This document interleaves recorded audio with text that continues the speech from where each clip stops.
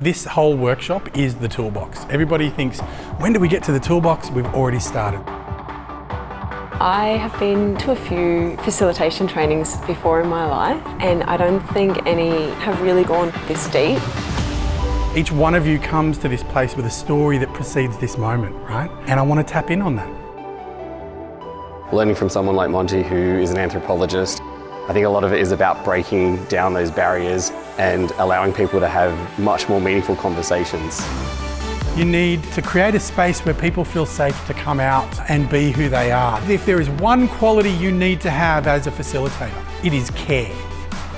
What I love about Habitus is definitely how humane it is as a social enterprise, but also everyone in the team is just so open and communicative, because it does show then in their projects and the way they bring people together. The workshop itself has been a beautiful experience.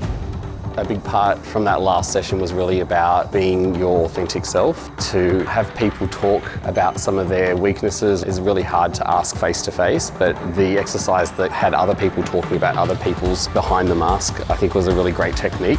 I've really appreciated the exact way that Monty will model what he's doing as we're doing it, experiencing it in real time and having the lesson in real time and having the reflection in real time.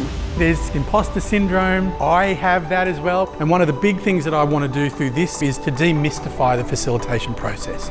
Because in a lot of the spaces that I've worked in, there's a sense that there's something about you that makes you an amazing facilitator. You know, it is not magic, it's just hard work. There is such power with fun. What playfulness can release. I've seen it in the room, I've heard it in the reflections. If things are sort of getting too deep, how can you introduce play to lighten the mood and also allow people to regulate their emotions? I feel like some of the frameworks with how to give and receive feedback are so incredible. Facilitation is something that we can use in our everyday life. What would I say to someone who is thinking about doing the training? Do it. Don't wait to be confident to do the thing. It is doing the thing that builds the confidence. Experimentation requires failure. So let's make our peace with that right now and play with it in a safe to fail space. 100% I would recommend it. I already have a list going in my head of people I'm going to be reaching out to. There's so much to absorb, and I think I'm just going to be reflecting on it for months to come. For someone who's been a facilitator for over 10 years, I've learnt so much that I can now build into my existing toolkit. The community of practice that's forming is something that really excites me. I'm really excited to be a part of the community of practice because it takes the edge off. That it makes me feel like, oh, this isn't the end, you know, it's actually just the beginning. Oh, give yourselves a round of applause.